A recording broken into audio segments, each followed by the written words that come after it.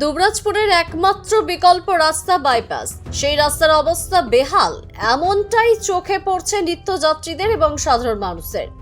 দিনের ব্যস্ত সময়গুলিতে দুবরাজপুর শহরের যানজট ভয়ঙ্কর অবস্থায় পৌঁছায়। এই যানজট এড়াতে একমাত্র বিকল্প রাস্তা হলো বাইপাস সিনেমা হল রোড। এই রাস্তাটি 14 নম্বর জাতীয় সড়ক থেকে দুবরাজপুর ব্লক এবং পঞ্চায়েত সমিতির কাছে এসে যুক্ত হয়েছে, অথচ এই বাইপাসের রাস্তাটির অবস্থা অত্যন্ত খারাপ।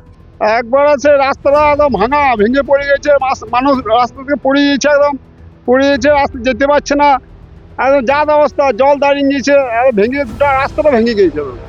1 বছর উপর হয়ে গেল, এখনো অব্দি কোনো ব্যবস্থা হচ্ছে না।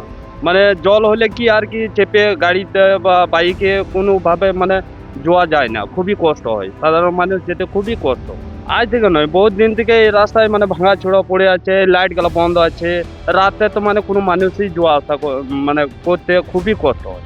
এই রাস্তায় যানবাহন নিয়ে চলাচল করার জন্য কর আদায় করে দুবরাজপুর পৌরসভা, অথচ রাস্তার কোনো রকম সংস্কার করার দিকে ভ্রুক্ষেপ নেই পৌরসভা কর্তৃপক্ষের।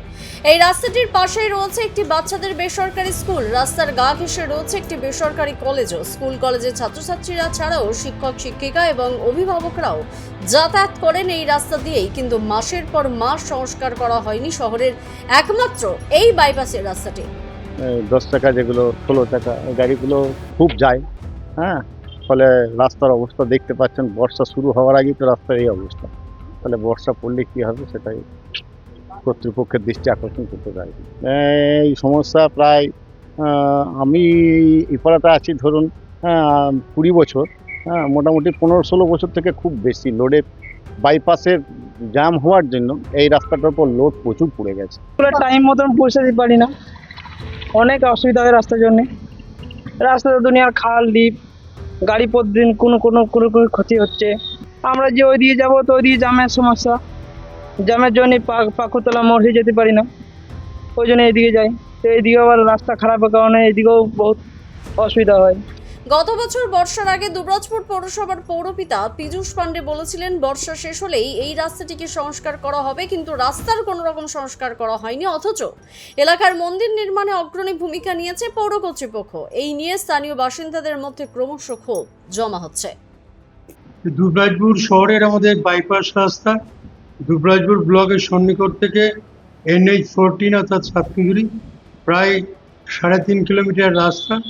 এই রাস্তাটা মেনটেন বিগত দিনে আমাদের জেলা পরিষদ করেছিল বা করে দিয়েছিল আমাদের অনুরোধে। এবারও ওনারা করবেন, ওনারা এস্টিমেট করে ফিটিং করে নিয়েছে।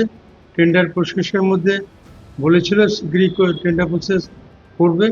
আমি খোঁজ নিচ্ছি, খুব শীঘ্রই কাজ শুরু হয়ে যাবে এবং জেলা পরিষদের সভাধিপতি কাজলবাবু আমাদের কথা দিয়েছেন, খুব শীঘ্রই কাজ শুরু হয়ে যাবে।